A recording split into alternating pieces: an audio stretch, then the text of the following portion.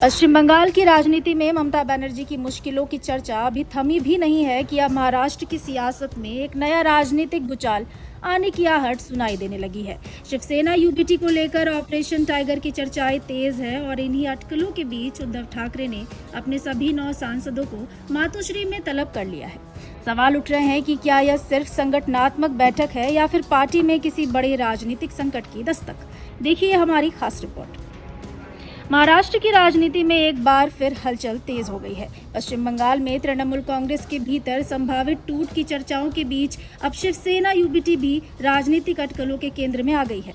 Operation tiger नाम से चर्चित सियासी कवायद की चर्चाओं के बीच शिवसेना यूबीटी प्रमुख उद्धव ठाकरे ने रविवार को अपने सभी 9 सांसदों को मातोश्री बुलाया है। सूत्रों के मुताबिक पार्टी के 7 सांसदों को एकनाथ शिंदे के संपर्क में होने की खबरों ने नेतृत्व की चिंता बढ़ा दी है। यही वजह है कि सभी सांसदों को बैठक में शामिल होने का निर्देश दिया गया है। जो सांसद मौजूद नहीं हो पाएंगे उन्हें वीडियो कॉन्फ्रेंसिंग के जरिए जोड़ा जाएगा।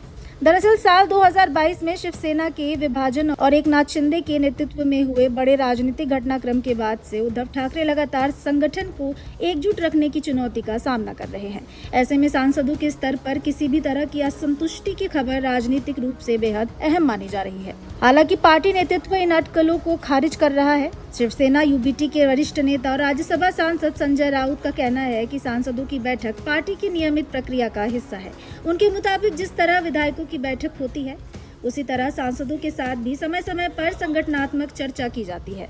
राउत ने यह भी दावा किया है कि पिछले 2 वर्ष से ऑपरेशन टाइगर की बातें की जा रही है, लेकिन ऐसा कोई अभियान अब तक सामने नहीं आया है। इसके बावजूद राजनीतिक गलियारों में यह सवाल लगातार उठ रहा है कि अगर सब कुछ सामान्य है तो अचानक सभी सांसदों की बैठक बुलाने की क्यों जरूरत पड़ी। दूसरी ओर शिंदे गुट भी इन चर्चाओं को पूरी तरह नकार नहीं रहा है।